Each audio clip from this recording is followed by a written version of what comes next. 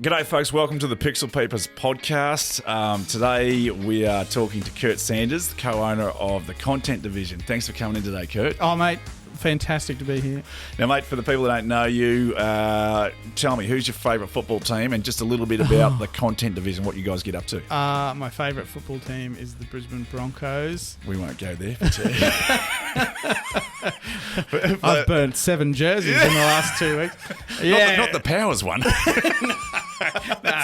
Classic. I've still got that from when I was 7. I made it into a skirt. Yeah. The Broncos, they've had a shocker. But no, I'm from the content division. It's my company I co-founded with my business partner, Brittany, who's an awesome, just incredible account manager and creative. We create... She's got good energy. I've come in here and I can sniff good energy. Yeah, Britt's got amazing energy. Oh, she keeps us all in line. I'll say that. She absolutely smashes us. It's fantastic. No, it's good. But so we create all different kinds of things: strategy, video, blogs, websites, animations, manage social media, do workshops, all those kind of things. Anything to do with like trying to get your brand into a position where it's an effective weapon for your business. What sort of direction are you leading your clients in at the moment with what's happening at the moment? Yeah, it's interesting, hey, because like everyone went mental. Am I gonna swear? Swear it off. Yeah, so good. It's an interesting question because, I mean, when you look at this, what this is, yes, it's a health emergency and there's all those things. And yes, people will potentially change their habits, although there's some pretty compelling data out of Europe that's saying that won't happen, as in, people don't like change. People will still buy how they used to buy. I'm sure that there will be more online buying and stuff like that. But I think people need to gear for a recession and not for a health crisis. Yeah, gotcha. Yeah. Gotcha. So, and any kind of marketing, I mean, like if you're sitting there going, holy fuck, it's a fucking virus. We've got to put a virus into our marketing. I'm just like, why? We know it's there. Differentiate that shit. You know what I mean? Like just keep sailing how you are. Like, so then the interesting part of that is, so if you take, all right, let's just say you've punted the virus out of your messaging. Yep. Because that's a good move. Yeah. Do that.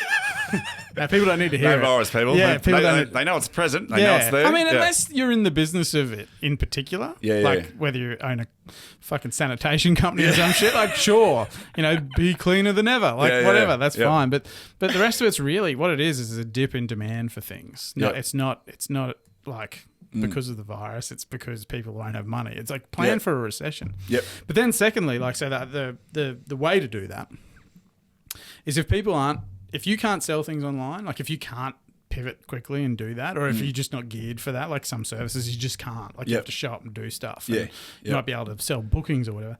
But now is, in my opinion, is the time to focus on brand, not selling. So gotcha. Okay. If you can figure out what your brand is, what your brand codes are, and by that I mean, whether it's visual identity, logo, what you stand for, short, sharp. Like, one of the best examples I've seen around lately is NRMA doing these billboards, which are, like, everyone knows NRMA, so they've got some good brand equity anyway. Yep. But billboard is the NRMA logo. Everyone knows that. Yep. The blue. Everyone knows the NRMA blue. You know it. It's like the Snickers brown. The colour. It's like the Snickers brown. You know it, right? Yep. And then the line is help is who we are. Yep. Help is who we are. 5 words. Simple stuff. Yeah. Easy to remember. That's brand. Yeah. At no point are they going, give us a call and we'll give you 10% off your premium. That's selling. Yep. Yep. The brand stuff is just there. Yep. Just fucking do that. Yeah, just do that, and then make sure your targeted selling points are sharp and on point. And if they do come along, it's going to convert. Do you find that, like, because obviously there's a pattern in people wanting to, let's bring out COVID-19 stuff around our brand. And as you said, it's like are people urging on the side of safe? And that's why it's like everyone's doing that. Let's do the same. Yeah, it is. It's exactly what it is. But there's this fantastic video online. I don't know if you've seen it. That cut back to back all the big brand responses to this. Yeah. And it's the same fucking music. It was the same words in uncertain times, in unprecedented times, and it was just like, we're all in this together. He's like, you're not. You're fucking not all in this together. At no point. Like, you got brands like Facebook's and like Apple, like, we're all in this together. Yeah. Facebook fucking like literally tears communities apart. Apple sells shit for cheap out of fucking dodgy factories and you know what I mean? Like you're not any of those things. And what's worse is you look exactly the same as everyone else. They're into 9-seat Taragos for the sweatshops. Exactly. That's exactly right. But that's the thing, like that you can actually overlay these, like they're like 10 different, or even more actually. It might have been like 20 different companies. You could overlay the ads and you would not know what the fuck they were selling until the end. Apple. Samsung. Yeah, that's it. That's it. Yeah. Well, I'm always intrigued because I see you. You get busy on LinkedIn, so I see what's going on. And I remember you put up a. You're like, check this out. This is good stuff. It was the Aldi ad, I think, with the roast that never stopped. Oh fuck yeah, that was great. Yeah. And I look back at all of Aldi's ads, and it's like, you used to be water, like and he's holding like a coffee machine, right? And I could be driving along and just giggle to myself about those ads, but they've gone a totally different way. But to me, popping in my head all the time. Yeah, and so it's not selling at me. It's just a great idea, and it's a bit of fun. It's brand, yeah. But also, so when you think about that, so what you're actually talking about is the way people make decisions about consumption, right? So there's a really great book. It's called like Thinking Slow, Thinking Fast or something like that. And to be honest, the concepts in it may be bullshit. I don't know. But like there's a lot of like, I think there's a lot of consumer behavioral theory in it, and that's a very young field. Yep. But also, and even the consumer psychologists will say, "Ooh, not sure if that's right." You're teetering. Yeah, that's right. Like we've only been at this for 50 years. It's not like medicine. But saying that, like they are right. Like there's a lot of the decisions we make are either quick or slow. It's like when you walk to, I don't know, if you walk into a newsagent and you grab a cherry ripe, you just grab it because you like. You just like you couldn't even tell yourself why. You just went and did it. Yep. So that's a fast decision, and 95% unconscious as well. Yeah. So 95% of the decisions we make are that, like especially in fast-moving consumer goods. So if you're in Woolworths, you're like fucking trolley. Oh, that thing, trolley. Now, whether you think about why at the time, you probably don't, but there is a reason why you do that. But then there's the converse, thinking slow. Yep. Happens all the time in terms of what I do in marketing. If a client's coming in and going, give us a proposal, we're going to weigh you up, weigh you up against 20 other people, and that's the slow thing, right? Yep. But what you're talking about with Aldi and these fucking great moments, right? Yep. That's all designed to get that brand code of Aldi in your head. Yeah. Or even just when you go into an Aldi store to be like that. Yep. Well, do you find even with what's happening now that people are pondering and they're thinking and actually prioritising and going, hang on, maybe I'm talking about stuff that no one gives a shit about. So let's actually find the priority of, what's the essence of our brand, and actually, like, how many times a day do you hear the word pivot? Oh yeah, a lot. Yeah, everyone's pivoting to go in a hang on. I don't know if people have actually just gone out and looked at the ocean and actually meditated on it, or I don't know. had a bit of a think. I honestly don't know, mate. I feel like I feel like the response has been far more utility than that. It's been more. It hasn't been more like we should really consider this now. It's been more like fuck. We need to find a way that people will still sell. So that was particularly true a couple of months ago. And which I'm not against that. Yep. I think if you can digitally transform your business, and it doesn't even have to be digitally. If you can just transform your business to just make less friction points, awesome.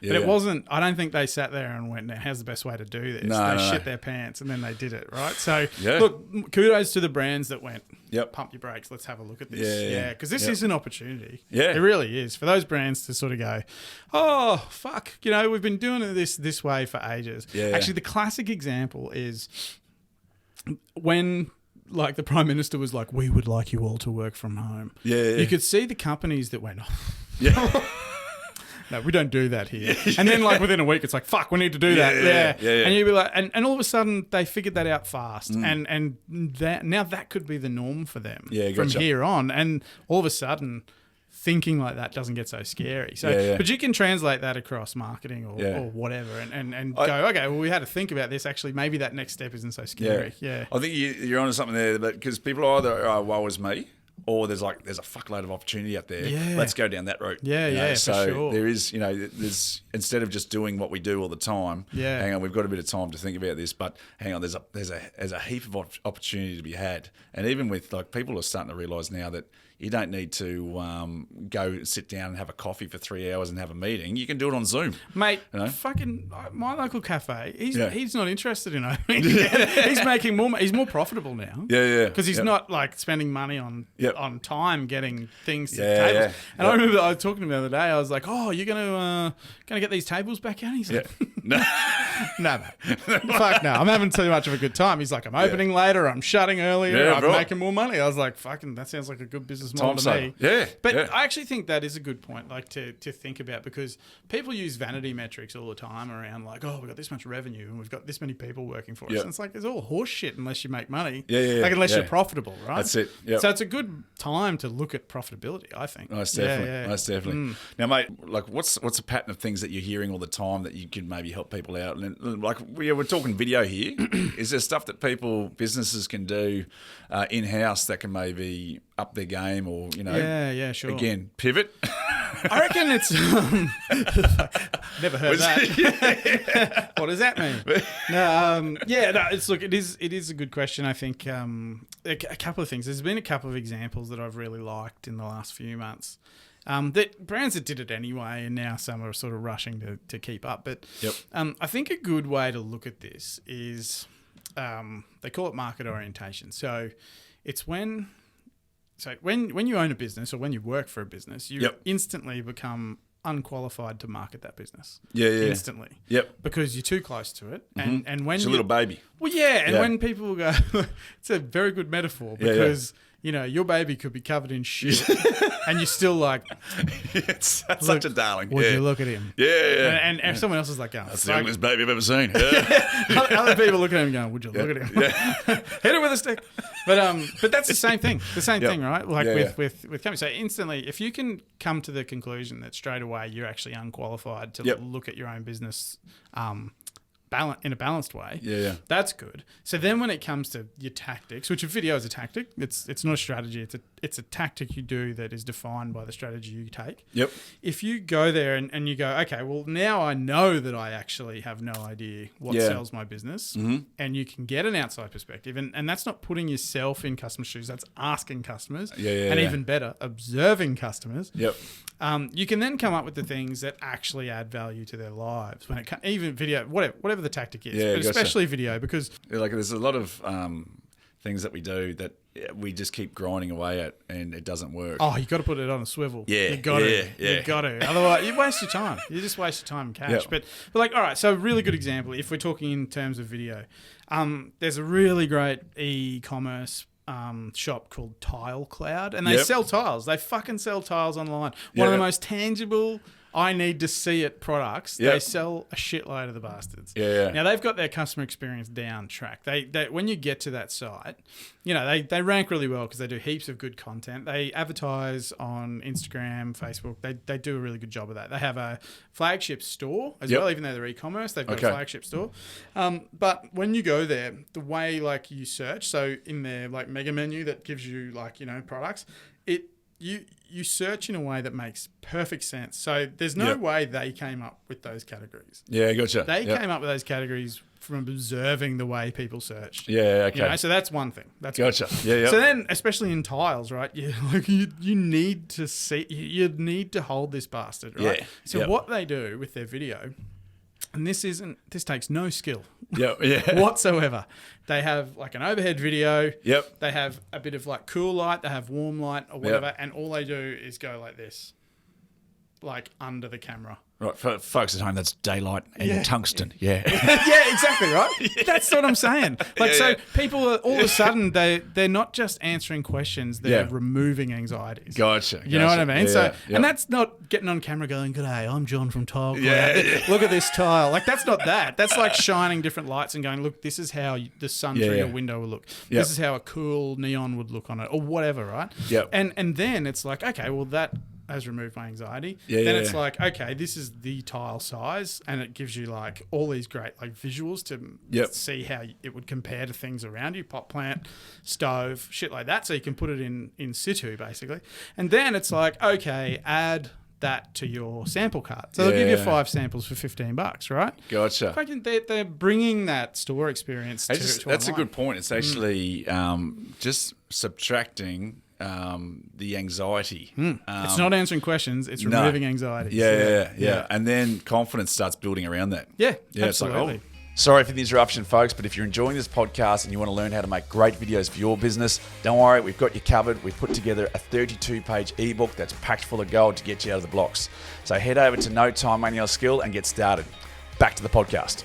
So is there a part of the problem how quickly things are evolving as well? Like if you go get a marketing degree today, is it actually relevant? Well, I teach marketing. Yeah. And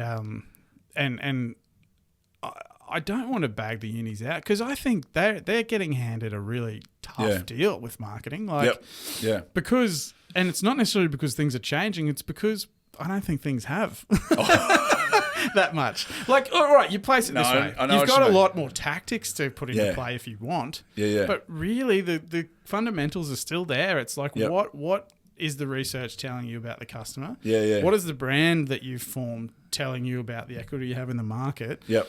How are you structuring that? Yeah. How do you put that into some kind of architecture that makes sense to a consumer fast? Yeah. Is your consumer a fast buyer or a slow buyer?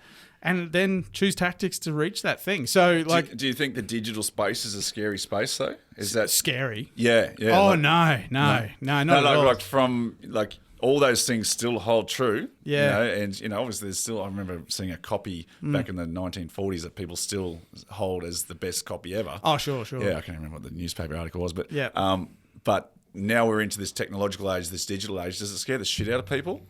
Oh, I'm sure it does. But and then they go away from the foundations? Yeah, maybe. But I actually think it's more about the shiny. Yeah, the shiny thing. Oh, the shiny thing. Yeah. Fuck, that'll get me some money. Yeah. But like it's the thing about digital is, right, and when people say to you or say to companies, oh, you've got to go digital, like that's a load of shit. Yeah, right. Like you're going to do yourself out of a job if you keep saying that. It's just what marketing is now. Yeah. Like it's a mix of outdoor, television, digital, social, like whatever the right mix is for you. Yeah.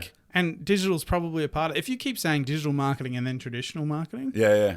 Okay. You're already starting with like an axe through the middle of your strategy. Gotcha. You know what I mean? Yeah. Like it's the same thing, and there's no such thing as a digital marketer. They're just marketers. They're like, it's just what they are. Like, and you got to think that way. You have to, because you fucking start treating one special, and that's when like, oh, we're gonna put more money into digital. Yeah. It's like, does the strategy dictate that? No, but that's where they are, and you're like, oh, fuck. Like, okay, idiot.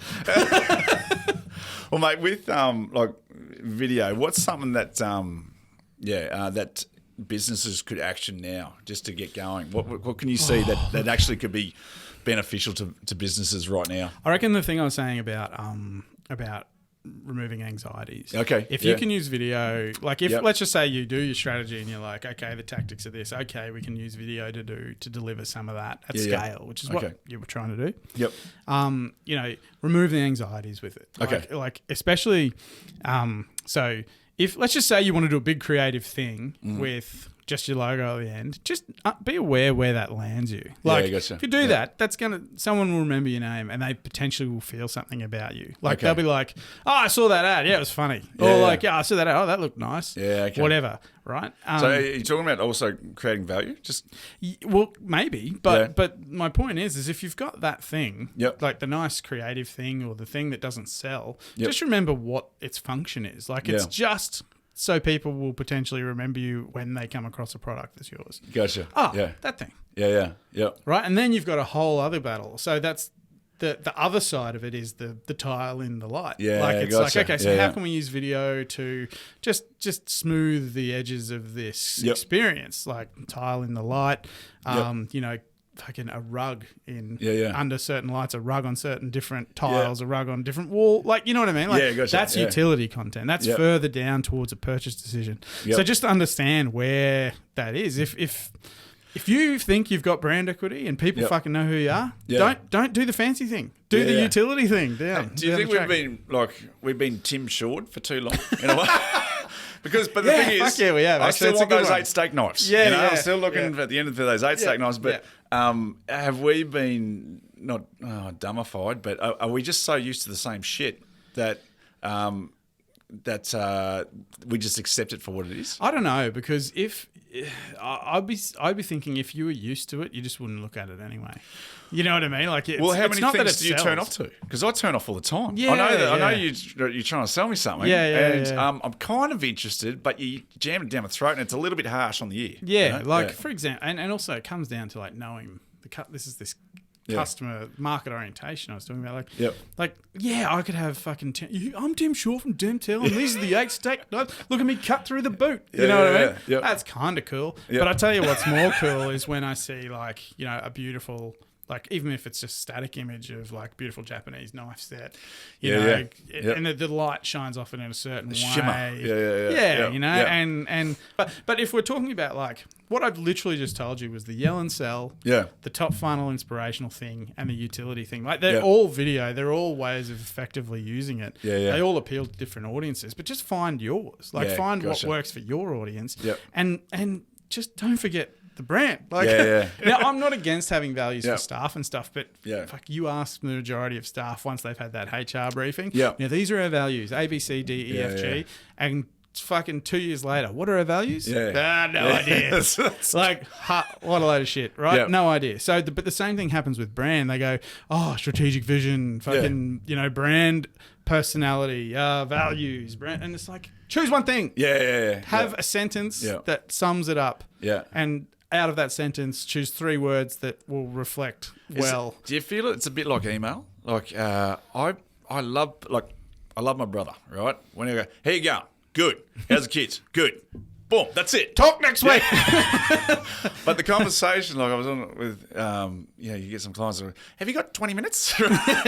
But the thing that they could have said for 1 minute took 20 minutes to get to. So are people feeling that they're trying to add more value by stringing it out and throwing heaps of shit into the mix? No, I just think marketers just aren't very good. I just don't think they're very good in general at cutting things down. But once again, it's not their fault. It's there'd be a HR person going, we need more. There'd be a CEO going, we need more. And it's so there's a lot of strings coming from other directions. And which you just got to manage well. But could I just bring it all back to help is who we are? If you put that on a wall inside NRMA headquarters, then you put it on a fucking billboard. If you put it on a Facebook ad, if you then decide to start filming content and it's just literally stories of amazing Queenslanders who have helped others, all of a sudden you can see how this fantastic help is who we are theme goes through everything. And if you said to yes, I guess HR policies, there's more to HR than 5 words. But if you hung that on your wall and said that's our only value, you'd be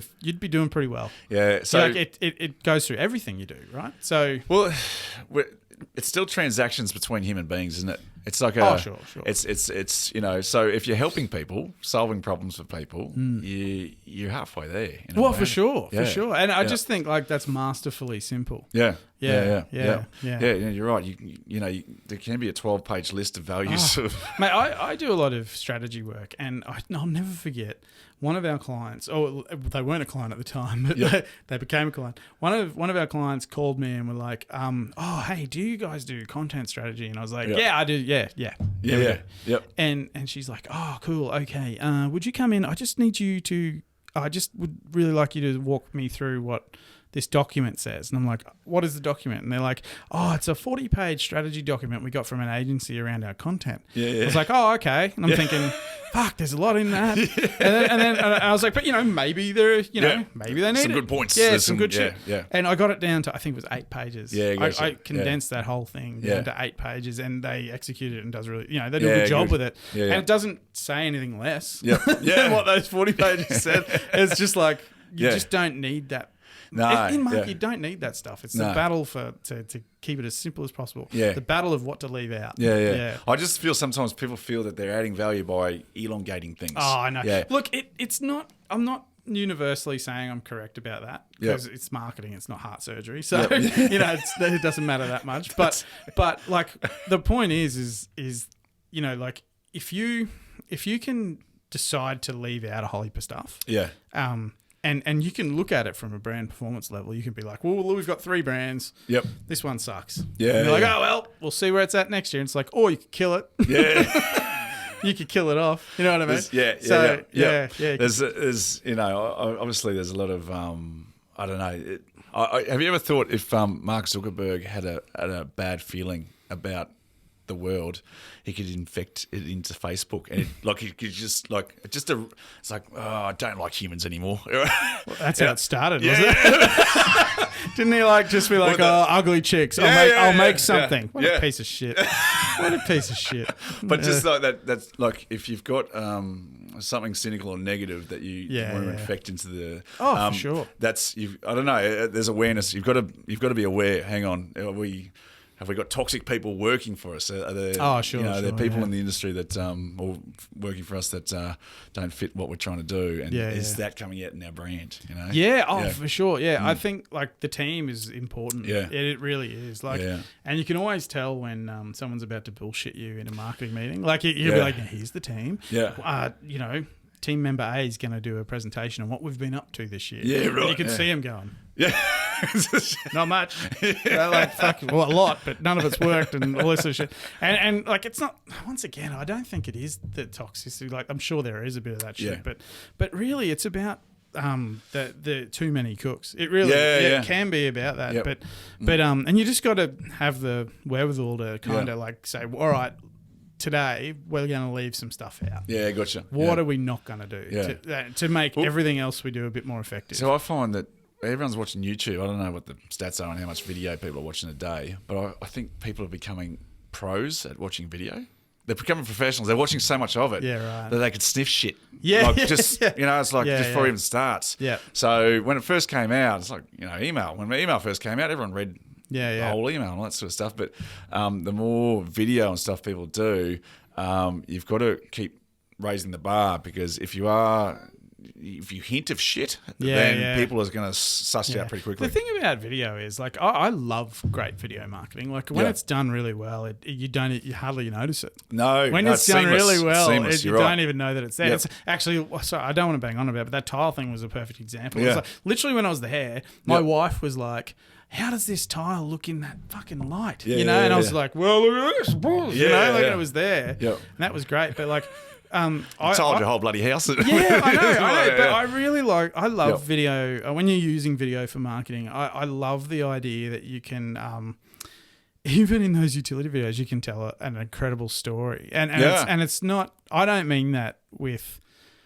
I love storytelling, but I don't necessarily mean that with emotion. I just mean most great stories have an introduction, a climax, and a solution, right? That. And whether it's introduction, tile, climax, there's the light, solution. I want it. Or the ham in the Aldi ad, where's this going? Kind of thing, where it's far more developed. There's characters and there's beautiful it keeps editing. You curious the whole way. It does, and that's exactly right. It's called curiosity gaps, and if you can keep curiosity gaps going, if you answer the question too fast, curiosity stops. Exactly. But you just got to get it right for the context it's in. But great video marketing done well, mate. It is beautiful. It's a beautiful thing. No, you're right. It's like I don't know what I just saw. It's you don't see it as it's just something that it's a feeling. It's just there to help you ease that anxiety for that particular thing. Yeah. And fuck, who was I watching the other day, and I was like, this is the greatest ad of all time, but it was a 3-hour movie.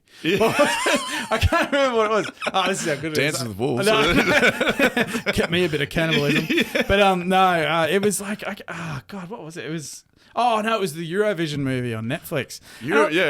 So there's Will Ferrell? Yeah, and it's a complete piss take, right? Yeah. But it fits Eurovision's MO.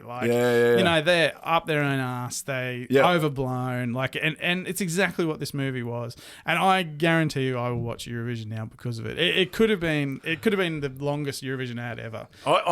There is something intriguing about it. It seems so outlandish. Yeah. Bearded women winning it. Yeah, but that's what I'm saying. It's out there. It fits it really well. Yeah. And then it's kind of like the Olympics. Oh, we've got an Australian in there. Yeah. Going for gold. There's a really great, this is going back a bit, but there's a fantastic series, and I'm not even sure if it's still on Netflix or not, but I think it's called like Sick, Fat, Nearly Dead. Yeah. Okay. Do you know this one? Anyway. I've heard it. Haven't seen it. Yeah. Look, it's the cracker. It's reality TV at its like most like level. You look at it and go, why would I watch this? Yeah. But it's about this Australian bloke, and it's filmed in America, and he's a big lad. Yep. And he I think he's something like his missus and him break up, and he's always been a large guy, and he's just like he's had enough. Yeah. And he's always wanted to do the Great American Road Trip. Yep. Gets over to the US, decides he's going to lose weight along the way. Yep. And he decides he's going to do it through juicing, like shakes. Oh, yeah, okay. I've seen the... So he takes his shake shake machine with him. Yep. He's traveling around the US, looking at beautiful sights, and you can see him Starting episode by episode. He's Yeah. shimmering down. He meets this bloke, this trucker at this truck stop, and he similar experience, and they decide they're going to jump in this bloke's truck and finish the story together, and they both losing weight with their, doing what they're doing. And it's a really addictive series, like all that kind of thing. But it was paid for by Breville. Oh. Like animal companies. Which owned the juicer. Yeah, right? But right. they never did gratuitous Breville juicer shots. But Breville sales went up 20% because they inspired with the solution, with the climax of the story. Yeah. And look, Breville is probably the biggest juicer maker anyway. So they're just like, we'll do it, and they'll just buy them anyway. There you go. You know what I mean? So, like, video has the ability to tell stories, to serialize those things, and give you a fantastic outcome. And the thing I like the most about it is that Breville wasn't chasing market share; they just chased market. Yeah. So, nice. I love video. I don't want to say video marketing because it's not really a thing. It's video within the strategy. Yeah, video within the tactics. It's just one under the umbrella. It's just a tactic. Yeah, gotcha. Yeah. Mate, I could talk to you for bloody hours about this. I always love having a chat with you. Mate. But I appreciate your time today, mates. No trouble. Thanks, man. Now, if people want to check out who you are, what you're about, the content division, where are they going? Yeah, sure. Or you can check us out at thecontentdivision.com.au. That's that's our website. If you want to just get really great advice and tips on what we do, we run a pretty awesome blog called The Slice. the-slice.com.au. It's just literally a blog chock full of content tips. We'll put all these texts and graphics down below. Where to go. So you should subscribe to that. Have a look. We send out an email every month with the latest articles, and I write them. The team writes them. We get other people to write them. It's good. Mate, it's good shit. Well, mate, I loved having you on the show because as I said, you've always it's good to get that sort of fresh perspective, and mate, appreciate your time. Anytime. Thanks for coming in. Cheers, boss. If you enjoyed that episode of the Pixel Peepers podcast, don't forget to subscribe wherever you may be, and we'll see you soon for another episode.